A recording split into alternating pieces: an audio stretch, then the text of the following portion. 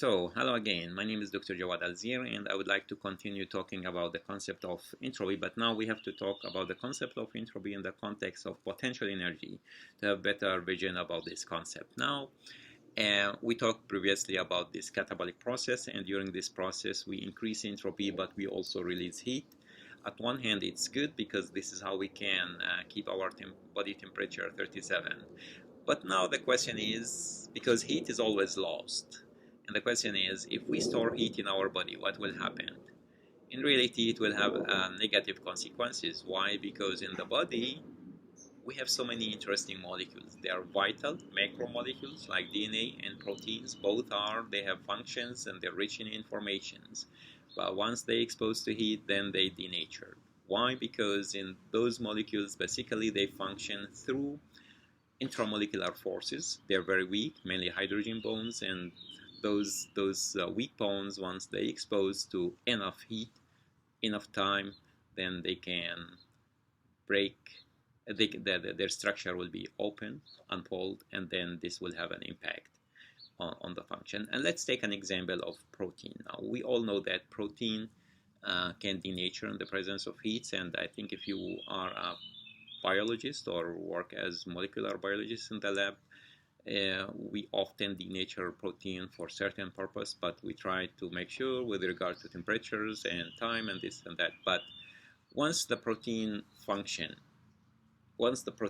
is exposed to heat, then it unfolds. And once it unfolds, you see, before it was highly rigid, fixed, well-defined, self-assembled structure, and then once exposed to heat, it unfolds, it opens, and then makes one.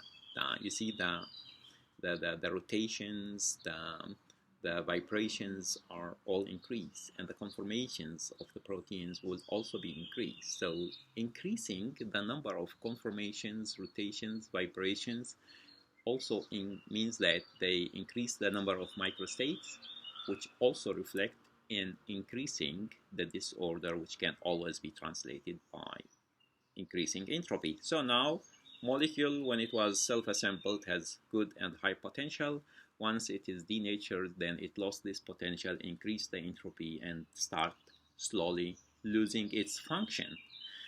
Now, what's interesting in this transformation, in this process, that's why this is good to involve the definition of constitution, configuration, conformation in the context of potential energy, because here we only have a change in the conformation, but still configuration, constitution remain unchanged. Why this is interesting? Because if only conformation change, now there is a chance, depending on the circumstances, that this process could be reversible, right? So the protein could fall back and re-function once again, and this which makes this process is unique. So in the next video, I think I would like to bring you an example where we have complete loss of constitution, configuration, conformation, and the reaction will become irreversible. So thank you for listening, and please, I'll be happy to hear your comments and feedbacks to improve the quality and of these videos, and the most important is to make the concept of entropy very clear, particularly not only for chemistry students, but I want also to involve and to make chemistry more attractive for medical students. Thank you.